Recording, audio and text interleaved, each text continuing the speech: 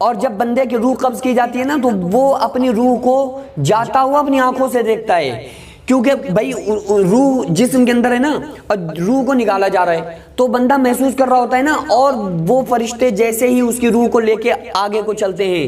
اکثر و بیشتر ایسا ہوتا ہے کہ مرنے والے کی آنکھیں کھلی رہ جاتی ہیں، کیونکہ وہ یہ بھی دیکھ رہا ہوتا ہے، اس کا جسم یہ بات محسوس کر رہا ہوتا ہے کہ ہمارے اندر سے روح کو نکالا جا رہا ہے، اور جب وہ روح نکل جاتی ہے تو وہ اس روح کو فرشتوں کو لے جاتا ہوا بھی دیکھتا ہے، وہ یہ دیکھ رہا ہوتا ہے۔ اصل میں یہ بات ہضم کیوں نہیں ہوتی؟ اس لیے ہضم نہیں ہو رہی ہوتی ہے کیونکہ کوئی کسی نے آ کے بتایا نہیں نا کہ مرنے کی تکلیف کیا ہوتی ہے۔ مرنے کی تکلیف کسی مرنے کے بعد کسی نے نہیں بتائی، کیونکہ وہ بس آخری سٹیج پہ یہ موقع ہوتا ہے، آخری سٹیج پہ جب آدمی پہنچتا ہے، جب یہ باتیں محسوس کر رہا ہوتا ہے، اور جب انسان یہ ذائقہ چکھتا ہے تو پھر اسے بتانے کے لائق نہیں رہتا۔ تو اس لیے لوگ یہ سمجھتے ہیں کہ یہ تو صرف کہانی ہے، قصے ہیں۔ میرے بھائی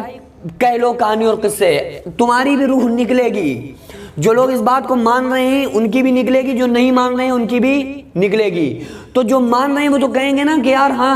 ہم جانتے تھے، ہم مانتے تھے، ہمیں معلوم تھا کہ ایسا ہوگا۔ اور جو نہیں جانتے ہیں وہ کہیں گے یار یہ کیا ہو رہا ہے نیا نیا ہمارے ساتھ، یہ تو ہم نے سوچا بھی نہیں تھا، ہم تو سوچ رہے تھے مر کر مٹی ہو جائیں گے، یہ کیا ہو رہا ہے ہمارے ساتھ؟ یہ تو حقیقت میں جو قرآن میں لکھا تھا اور جو قرآن والے لوگ بتاتے تھے وہ صحیح بتاتے تھے۔ تو وہ مردہ سب دیکھ رہا ہوتا ہے اس کا، کیونکہ اس وقت تک جب روح نکل رہی ہوتی ہے اس کا تعلق جسم کے ساتھ روح کا ہوتا ہے کہ نہیں ہوتا ہے؟ پھر فرشتے اگر وہ برا بندہ ہوتا ہے تو چیخو پکار کے ساتھ کہتا ہے اے لوگوں کیا کر رہے ہو، اے لوگوں مجھے نہیں جانا ہے، یہ لوگ مجھے لے کے جا رہے ہیں، میرے اوپر ظلم و زبردستی کر رہے ہیں، لہٰذا مجھے بچا لو، مجھے بچاؤ اور مجھے مت جانے دو، کیونکہ میرے اوپر بڑی خطرناک سخت کارروائی ہو رہی۔ وہ گویا کہ یہ کہہ رہا ہوتا ہے اپنے حال دل سے،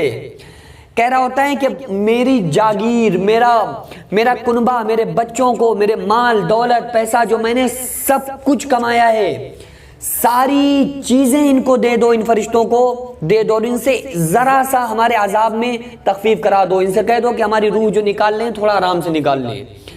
کیونکہ یہ تکلیف ہم سے برداشت نہیں ہو رہی ہے۔ وہ چیخو پکار کرتا ہے لیکن کوئی انسان اس چیخو پکار کو نہیں سن سکتا، کیونکہ اس کی زبان خاموش کر دی جاتی ہے۔